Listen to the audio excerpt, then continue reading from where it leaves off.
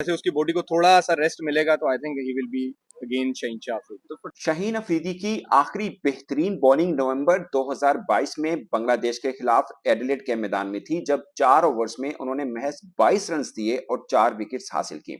उसके बाद वो 12 मैचेस खेले और 4 मरतबा 10 की इकोनॉमी से ज्यादा रन दिए। एक रोज पहले आईएलटी के एक मैच में उनकी टीम को जीत के लिए 3 ओवर्स में 25 रन का दिफा करना था। 18वां ओवर मोहम्मद आमिर ने किया, जिन्होंने महज 5 रन दिए, मगर 19वां ओवर शाहीन अफरीदी ने किया और उन्होंने उस ओवर में 15 रन दे दिए और उनकी टीम मैच हार गई।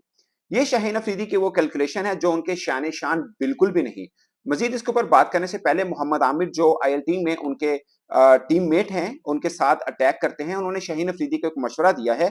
वो मैं आपको छोटा सा क्लिप दिखाता हूं, फिर इस पर हम आगे बात करते हैं। कुछ अपने मशवरा दिया या आप देना चाहेंगे? शाहीन जितने अच्छे बॉलर थे, लेकिन अभी काफी लोग बात करें कि शाहीन का पेस कहीं गुम हुआ है, तो आपको भी फील होगा एज ए सीनियर, आपको क्या लगता है कहाँ पे कमी है कि शाहीन वैसे लिथल नहीं रहे अभी? कमी नहीं आई थिंक मुझे लगता है कि अभी फर्स्ट को आई थिंक वो वापस जा रहे हैं या क्या है, तो थोड़ा सा वो ब्रेक लेंगे। आई थिंक उनकी बॉडी को थोड़ा सा एक फ्रेशन अप होने की जरूरत है और आई थिंक जोर वो लगा रहा है। स्प्रिंट मैंने देखी है, बॉलिंग में स्प्रिंट भी अच्छी लगा रहा है। जैसे उसकी बॉडी को थोड़ा सा रेस्ट मिलेगा तो I think he will be again Shaheen Afridi. तो फटीक की वजह से नया बॉल उनका जो कट के अंदर आता है वो नहीं आ रहा? नहीं नहीं, अंदर तो आता है यॉर्कर। अगर आप देखें अबू धाबी में उन्होंने बहुत अच्छे यॉर्कर किए हैं। कई दफा आपको कुछ विकेटें होती हैं जहाँ पे लेंथ बॉल स्विंग और होता है, फुल आप ट्राई करते तो नहीं होता। और उसकी स्ट्रेंथ है, देखिए हर बॉलर की एक अपनी स्ट्रेंथ होती है। उसकी स्ट्रेंथ है कि नया बॉल ला के फुल करना और उसी पे उसको चांस मिलता है विकेट लेने का। दोस्तों, शाहीन अफरीदी को पीएसएल की ट्रॉफी जीतना ज्यादा अहम है या टी20 वर्ल्ड कप? ये दो सवाल हैं जिसके ऊपर हम आज का ये बेसिकली ब्लॉग कर रहे हैं। पाकिस्तान टीम का स्केड्यूल, या आप यूं कह लें कि टी20 वर्ल्ड कप में शाहीन अफरीदी जिस टीम के कप्तान हैं, उस टीम का स्केड्यूल कुछ इस तरह से है कि आपको 10 रोज का भी गैप नहीं मिल रहा है। अभी शाहीन अफरीदी आईएलटी खेल के पाकिस्तान जा रहे हैं और वहां पर उनको पाकिस्तान सुपर लीग के लिए लाहौर कलंदर्स की कप्तानी करनी है, जहां पर लगभग 1 माह मुसलसल वो क्रिकेट के साथ जुड़े रहेंगे। उसके बाद न्यूजीलैंड की टीम ने पाकिस्तान आना है, टी20 मैचेस होने हैं। उसके फौरन बाद पाकिस्तान टीम ने इंग्लैंड और आयरलैंड के खिलाफ सीरीज खेलनी है और वहीं से टीम पाकिस्तान ने दोबारा फिर वर्ल्ड कप खेलने के लिए यूएस और वेस्ट इंडीज का सफर करना है। तो कुल मिला के ऑन द टो रहना है शाहीन अफरीदी को, और वो शाहीन अफरीदी जिनके पास पीछे भी आप गुज़श्ता टाइम पे देख लें तो मुसलसल क्रिकेट खेलते आ रहे हैं। उन्होंने 100 क्रिकेट जब इंग्लैंड में खेली, फिर वो एशिया कप खेलने श्रीलंका आए, फिर वर्ल्ड कप खेलने भारत आए, उसके बाद ऑस्ट्रेलिया गए, उसके बाद न्यूजीलैंड गए, और उसके बाद कहानी आपके सामने है कि आईएलटी, पीएसएल, न्यूजीलैंड के खिलाफ फिर सीरीज होगी, फिर आयरलैंड और इंग्लैंड टूर और फिर टी20 वर्ल्ड कप। कुल मिला के कहीं पर रेस्ट नहीं है शाहीन अफरीदी के लिए। ये मैं बात बार बार इसलिए बोल रहा हूं कि ये शायद शाहीन अफरीदी के लिए सूट नहीं करती। ये जो लोग तनकीद करते हैं, हर तरह के लोग बातें कर रहे हैं कि शाहीन अफरीदी मीडियोकर बॉलर हैं, यकीनन वो मीडियोकर बॉलर नहीं है, वो एक बड़े बॉलर हैं और उन्होंने अपनी धाक बना के रखी है। मगर जेसन होल्डर उनको मार रहे हैं, रोमन पोवल उनको मार रहे हैं और जिसका दिल करता है उनके खिलाफ रन कर रहे हैं। ये उनके शान शान नहीं है, बल्कि यूएई के बल्लेबाज मोहम्मद वसीम ने उनके खिलाफ रन किए।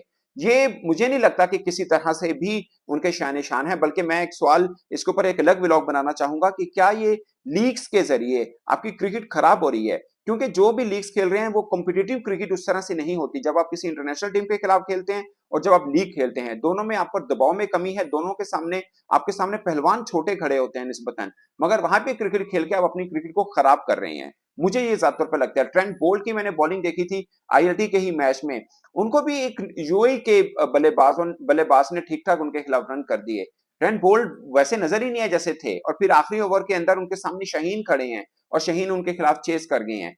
मैं ये नहीं कह रहा कि शाहीन बोल्ट के खिलाफ क्यों चेस कर गए, बट मैं ये कह रहा हूं कि बोल्ट में वो धार रफ्तार नहीं रही है, क्योंकि मुसलसल वो लीग्स खेलते आ रहे हैं, इंटरनेशनल नहीं खेलते हैं। अभी पाकिस्तान ने जब न्यूजीलैंड का दौरा किया, टी20 मैचेस खेले, बोल्ट नजर नहीं आए। मैंने वहां पे काफी उनके बारे में पूछा तो यही बात होती है वो सिर्फ वर्ल्ड कप खेलते हैं या लीग खेलते हैं। तो उनकी क्रिकेट मुझे लगता है उनकी भी थोड़ी खराब हुई है। मगर पाकिस्तान के प्राइम बॉलर हैं और इस वक्त दुनिया भर की नजरें उन पर रहती रही हैं शाहीन अफरीदी के ऊपर, खासकर 2021 के स्पेल के बाद। मगर कब तक हम यही एग्जांपल देंगे कि 2021 में शाहीन ने रोहित शर्मा को और केएल राहुल को आउट किया? कब तक ये बातें दोबारा होंगी? हमें माजी में नहीं, हमें आगे देखना है, क्योंकि माजी में देखेंगे तो सिर्फ माजी की कामयाबियां हमारे सामने आएंगी। आगे वही होगा जो 2023 में पाकिस्तान के साथ हुआ।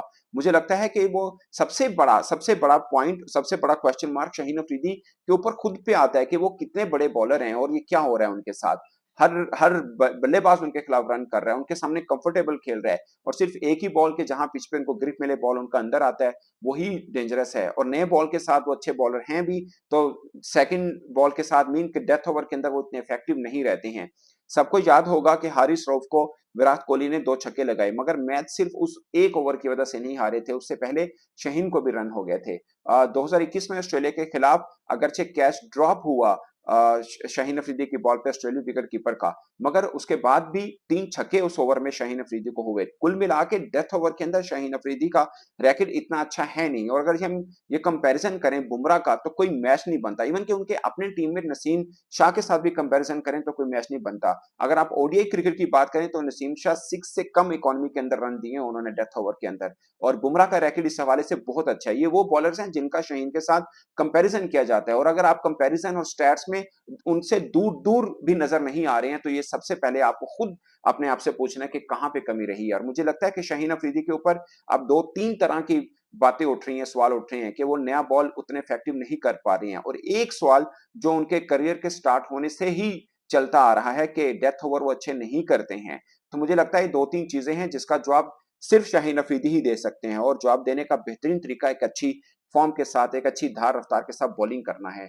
मगर क्या पीएसएल का पूरा महीना खेलने के बाद, फिर न्यूजीलैंड के खिलाफ सीरीज खेलने के बाद, आयरलैंड के खिलाफ और इंग्लैंड के खिलाफ सीरीज खेलने के बाद अब वर्ल्ड कप में वैसे ही शाहीन और ईगल की परवाज उड़ सकेंगे? ये वो सवाल है जिसका जवाब सिर्फ शाहीन अफरीदी दे सकते हैं। मगर आपकी दोस्तों क्या राय है कि उनको रेस्ट करना चाहिए? मेरी जाती राय के मुताबिक शाहीन अफरीदी को पीएसएल में आधा रेस्ट कर लेना चाहिए। टी20 world cup is far better than winning a PSL trophy. आपको क्या लगता है? अपनी राय कमेंट की सूचना में जरूर आएगा। मेरी तरफ से अब तक के लिए इतना ही, इजाजत दीजिए। अल्लाह हाफिज।